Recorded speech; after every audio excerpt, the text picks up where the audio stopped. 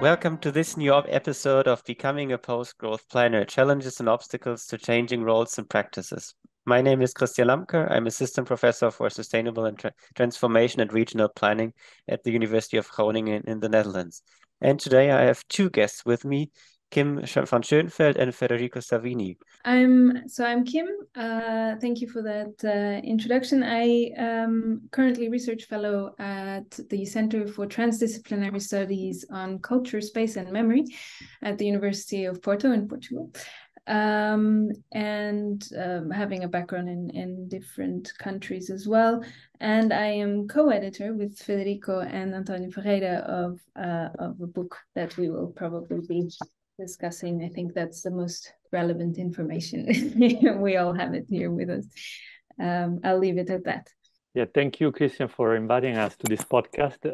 I am an associate professor in environmental planning at the University of Amsterdam, and I live and work in Amsterdam, and I'm very happy to be able to introduce this work, which I did with two fantastic colleagues, Kim and Antonio.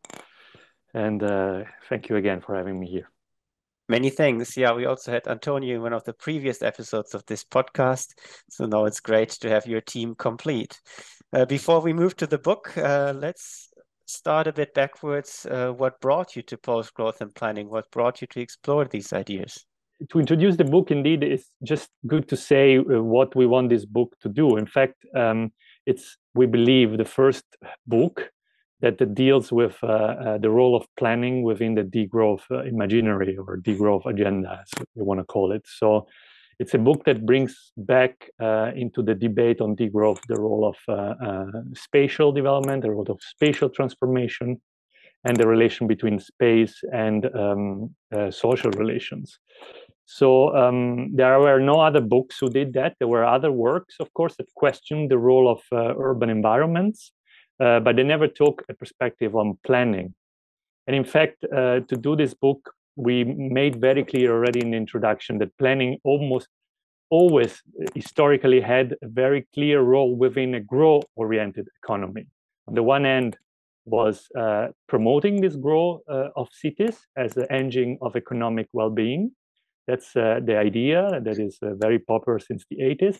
On the other hand, planners were always trying to compensate for the environmental and social problematics that this growth was generating. So to come out of this double role, we try to write a book together with others to rethink planning beyond these two let's say, phases, identities that planning had since until today. To add a little bit on a personal note, I think that for all of us, for the book, but also, personally, I think post-growth for me was always about connecting, trying to connect the social justice and environmental justice questions that I've been grappling with throughout life. And I think that a lot of these chapters address that, albeit with a focus on planning, indeed, as Federico has pointed out, but also looking, for example, at governance and worldviews, etc., which indeed have a spatial dimension, while at the same time kind of also looking at the people behind acting on these things. And I think that that's something that I always related to personally. Yeah, indeed. When I started using the term post-growth planning in 2016, 17, the reactions were almost like, this is never going to work structurally for planning, or this is never going to work personally for your career. So this will basically ruin it for you. So it's great to see that there is this emerging debate since then, now leading to this book. But it's also a large diversity within this debate. So how did you structure the debate to somehow condense it together to one book with, I think, 20 contributors, 3 editors? So quite an effort. Well, we started off with a series of sections that we really thought would be important, I think, to discuss. Which are the sections of the book in the end, notably as conceptualized as verbs, so as actions. So beginning, starting somewhere, right? Dwelling, related chiefly to forms of housing, moving, governing, regulating, nurturing, being, and then envisioning. And I think we came up with these as kind of cornerstones of planning and themes that are recurring in planning. And we identified people that we thought were known in the field of planning, and at the same time could have interesting contributions in these varied areas. And I think it was extremely stimulating to invite these people and to speak with them about these topics. And I think, thinking back, the moments in which we met the different we got together, all the authors. We really had, of course, the mandatory debates on the definition of post-growth and whether or not it all needs to be about commoning these kinds of issues. And I think it was never, those discussions were never about really completely convincing each other, but about trying to kind of pinpoint where do you need to sharpen an argument, what can you do to get better across what you think. And I think it was very stimulating, and the result is proof of that, I suppose. Can you take us maybe a moment more personally into your own thoughts when you started with an idea on what post-growth is, how it relates to planning, but did the book add new insights to your understanding of post-growth, or which were these? Yes, it does. I think a book does add a lot of insights on the debate on degrowth, post-growth. Debate that, as we know, comes from other disciplines, and that hardly, as you just said, was unfolded in the planning discipline. So, what does it add? First of all, it shows the complexity and the amount of possible interventions that the degrowth agenda can bring about in cities and in general in the transformation of social spatial relations. So elements such as moving, so the aspect of mobility was already debated in the degrowth literature, of course, but we hardly had frameworks of understanding of how different mobility systems can come about. But aspects like regulations or housing are also never taken in combination within the same work. There we see how, for example, the role of the state becomes extremely important to intervene in the ecological and social challenges that the growth brings to cities. So I think there are different elements that comes to the fore from the book. And I think two in particular stands out very well. I would say the first is the one about being. So the last part of the book, this aspect of post-normal planning, which somehow was never discussed before in the planning literature, brings to the fore the type of new skills that planners should develop in order to actually already create the possibility of a post-growth planning practice.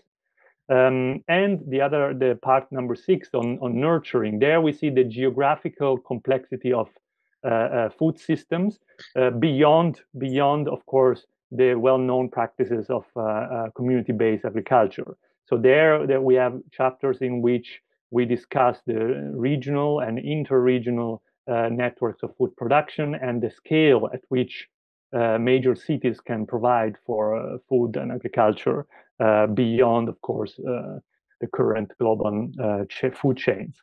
So these are, I think, two quite clear innovations. Of course, also the other chapters bring their own innovation, as I just said. So I think overall the reader will have a good idea of how many possibilities planning has to intervene in cities for the growth agenda. And I think that was our intention. So I heard that there's lots of insights on major issues of planning, housing, mobility, infrastructures. Beyond that, did you encounter surprises along the way when collecting the book? Topics that came into it or debates that you didn't expect? The answer would be very different if Federico would answer, so I'm curious. But for me, I think it was, of course, we did have varied results. Also, one thing is coming up with these themes and then asking people, but they will write what they write. And I think here we really saw suddenly emerging tendencies and ideas that, for example, in terms of governing, we had a strong focus on forms of commoning. And of course, we also had a bit of a reflection on COVID, which was something that we had not anticipated when we came up with the book. And I think there were also a bit unexpected kind of additions with the second chapter in beginning about when greening is not degrowth, cost shifting insights. But I think that was also something that was more about bringing in more established knowledge from an area that was much more outside planning. And I think I would agree with Federico's point on the importance of the last section on being, really kind of highlighting the need to reflect on on worldviews as well, on ways of understanding our own role in this. So I found those things surprising as they, solidified these themes that we had thought of. Yeah, if I can add, I think the most interesting discussions, at one point during the production of the book, we hold a seminar. We divided the group of authors in different subgroups, and we discussed in smaller groups about how different chapters will speak to each other. And the harshest, I have to say, the most interesting and more lively discussion were, of course, those that were regarding part 4 and 5. So the part discussing about government, so the governance or government settings that creates the planning for degrowth, and the other part 5, which it's about the tools of government, the regulations. And here we talked about beyond governments, we talked about the state, the role of the state, which remains a clear challenge within the degrowth, post-growth literature. And there we see that there was a lot of discussions about what type of instruments and what type of legitimacy the state can mobilize in order to trigger degrowth agendas in cities. So these 4 chapters within, which are at the core of the book, are quite interesting because they try to unpack the role of the state, unpack the role of tools for governments, and trying to question whether these tools are necessary or not. And the reader will find it interesting that I think the book comes about with a kind of blurred picture on the state. So the different roles that the state has, but it does not, and that's important to say, it does not negate the use of the state for post-growth planning. Planning has a lot of instruments and tools available, so planning as a public activity. What would you say if you take that perspective for a moment? What's the inspiration of the book, of the whole process for a planner currently working to somehow take a new perspective on the instruments, tools available to then either challenge them, use them differently, adapt them? What would you say? What should be done or what could be done? Yeah, I think the reader will find tools in each of the chapters, depending on the type of sectors that the reader works on. So if we take, for example, the first, housing. Housing is one of the major sectors where planners have a role and intervention. There are plenty of examples of housing forms beyond pure state and market divisions that promote a sense of conviviality, which is at the base, at least at the base of degrowth worldview. So the idea of collaboration and cooperation before competition. But then, of course, transport plan will find part 3 very interesting, where Kim, Antonio, Luca, and Anna flesh out different ways to look at mobility needs beyond pure transportation infrastructures, and also complexify the picture of what a mobility system should look like beyond maximization of individual time. So there are other tools. I will not go through the whole book, but I think each chapter has a very clear indication of instruments. I would flesh out chapter number 10, the one written by Jean Xue. She actually clearly points out a particular policy framework and criticize this framework from a degrowth perspective. And there, I think public planners involved in public administration can learn a lot from that, I think. And of course, for planning educators, planning teachers, like also us, I think the last two chapters are very interesting, because there we can get inspired on what type of skills and we need to develop, and perhaps also what type of formats we need to adapt in our education. Turning to our role as academics, as educators, as those who also teach the future planners, future policymakers, future geographers, and others working in the field of city or space making, place making, how could we help to make post-growth become a reality? Well, that's the question, I would say, that we try to set out a few ideas for. But I think here the manifesto kind of goes into some points and suggestions that emerged really from a collaborative effort of all the authors of the book, and we as editors kind of summarized some of the ideas that emerged. And I think here, let's see, I think that what's worthwhile to highlight is kind of along all of them, probably has to do with not getting too comfortable in kind of any particular way of thinking, including probably post-growth thinking, but to constantly challenge the decisions we make, and then to kind of challenge also the status quo, right? To create non-commodified ways of dwelling, but also that's one example from the manifesto, but also probably extend that non-commodification to other areas of life. To think about, I think, diversity of solutions rather than having one single solution. All of these things are small things that I think planners interested in post-growth can pick up. And of course, we have your own chapter, Christian, that also talks about roles in particular, roles of planners. But I think that chiefly probably something that remains a barrier as well is, on one hand, it's about getting planners to rethink the obsession with growth or the assumption that growth is needed. At the same time, it seems to also be really important to think about what are the things that once planners decide they want to do that, keeps them from being able to. And I know that, Christian, you look into that a bit as well in your work.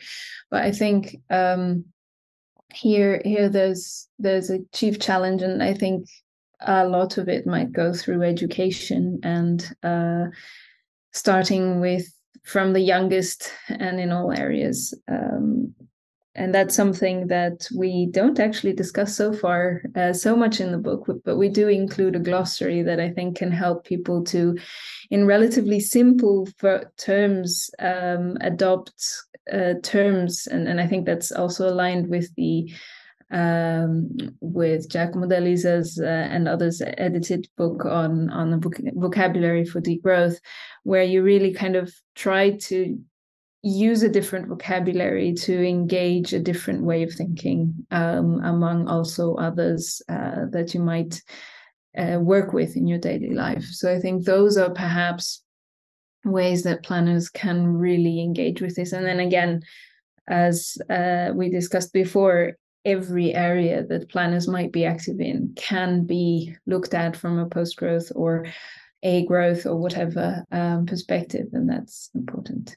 I think if I can add on what Kim just said, I think there is a bit of a ground zero message of this book, which it's in the book, but it's not spelled out, maybe a bit in the introduction, is that we need to start telling our students a different story than the one we told in the last 30 years. The story we told in the last 30 years is that cities are indeed the growth champions of the current economy. So that's where wealth is produced, and that's also where solutions of socio-technical solutions for sustainability are found. This is just one side of the coin. The other side of the coin is that cities are machines of environmental destruction, and the way they grow, in fact, tend to, in many cases, if they're not planned correctly, they tend to reproduce social, economic divisions. So there is another story, and that story is like, we need to look at cities as places where indeed environmental destruction is generated, because that's where most of the resources of the planet are being concentrated. And that's why the degrowth stories comes into play for planners. If we look at cities in this way, we can start looking at the mechanics of growth within cities and trying to tweak different pieces in order to slow down this growth machine, basically. And by slowing down, we can also reduce the metabolism of cities. So the metabolism in terms of water and materials, and also trying to slow down the socially divisive relationships that are created within these urban areas. So I think that's the ground zero message of this book, which may be a topic for the next book. Yeah, it would be great. So now we've talked a lot about planning practice, instruments, tools, and changes there. I've recognized that there is also a need for change in education and teaching future planners. But what on this side makes it so hard to maybe implement other ideas to use post-growth to provide solutions to current housing debates, or at least other insights than those that are available? First of all, we need to set very clear what degrowth and post-growth thinking means. There is a lot of confusion there, especially among planners that tend to see this as a way to kind of downscale all the good things, in fact, that were produced within cities so far, which is a misunderstanding. So this just, first of all, defining post-growth for planners, for urban practitioners, for urban scholars is important. That's what we're trying to do, to clarify what it means. And the other thing, I think we should, as planners, go back to our roots of basically being active advocates of the public interest. And when I call it public interest, I include both interests of social classes that have been dominated and excluded from urban areas, but also for all the rest, the ecological and more than human groups that have been excluded from cities so far, that we can become advocates again of these groups and there we can, by taking this role again, we can, I think, develop a different agenda for urban transformation. And this role is something that we have lost with years of neoliberalization and downscaling of planning responsibilities of the state. I think we can go back to that. I think that will be my hope. Again, I would come back a bit to the getting out of our comfort zones a bit as well. I think that the comfort zone is a very, very attractive thing and to a lot of people. And I think it's a big barrier to trying to do things differently. So I would highlight that a bit. And so being a barrier, but also something that we can work with. Yes. In my experience, most, or at least many planning practitioners would say that their practice, their daily life is actually more a fighting zone than a comfort zone. So there is a challenge then to say that it needs to be even different.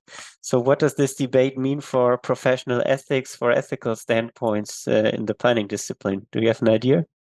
Yeah, let me give you an example. I agree with this terminology, comfort, non-comfort zone, because I think it would be very uncomfortable for a planner to try to reduce CO2 emissions in a region or try to reduce the domestic material demand of a city by just using the usual tools that are used every day, like technological innovation. We know that that's the assumption of degrowth, that you can't reach those goals at one point if you don't undertake a degrowth agenda. That's quite frustrating. So it's quite uncomfortable. They might try to reach something with the tools that are not successful. So maybe a degrowth agenda gives comfort by saying, look, you can't solve it that way.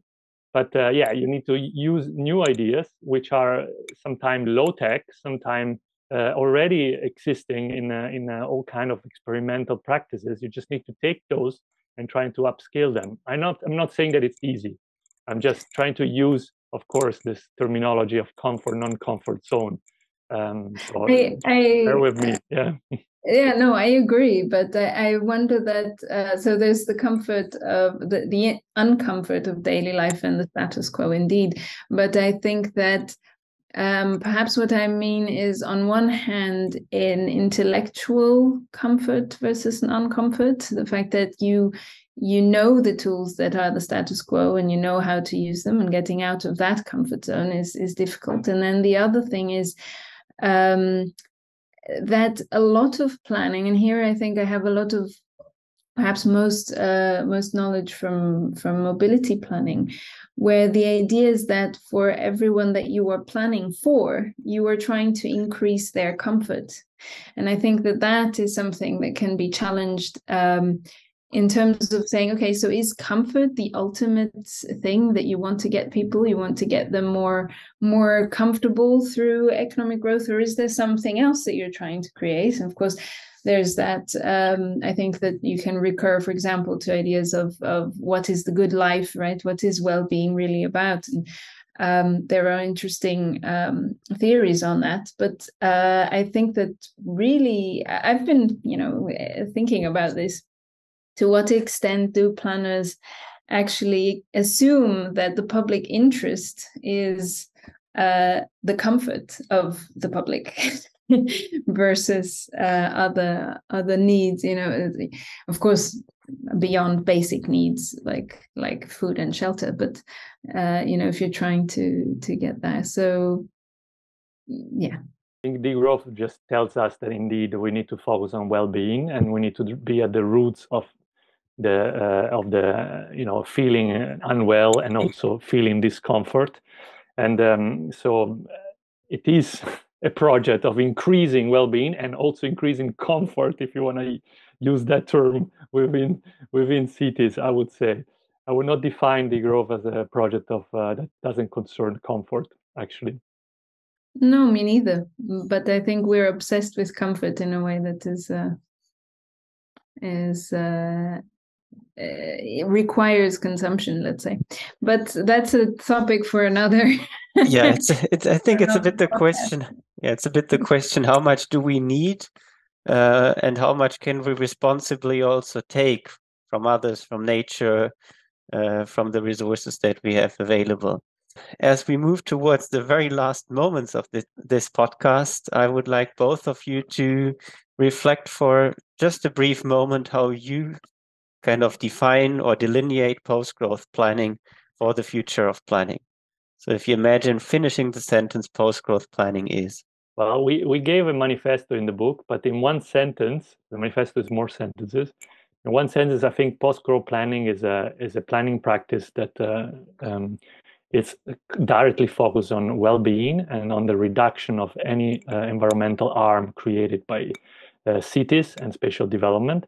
And at the same time, a project of increasing basic human needs through spatial development.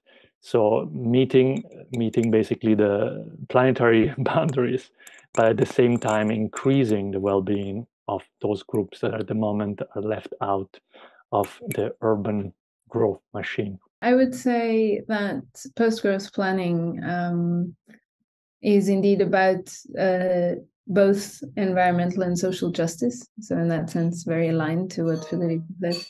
And at the same time, I think it's about reconnecting to nature, or to everything, other humans, these kinds of points, and to the realities of a diverse world rather than one that is streamlined. Yeah, I would add post-growth planning certainly also needs to engage, to motivate, and I hope we can be a bit of contribution in that with this podcast episode and with the book that you've produced together. So thanks for that, and thanks for joining me today for this recording. Many thanks, Kim. Many thanks, Federico. Thank you very much for the invitation again. Thank you, Christian, for the invitation. Thank you again.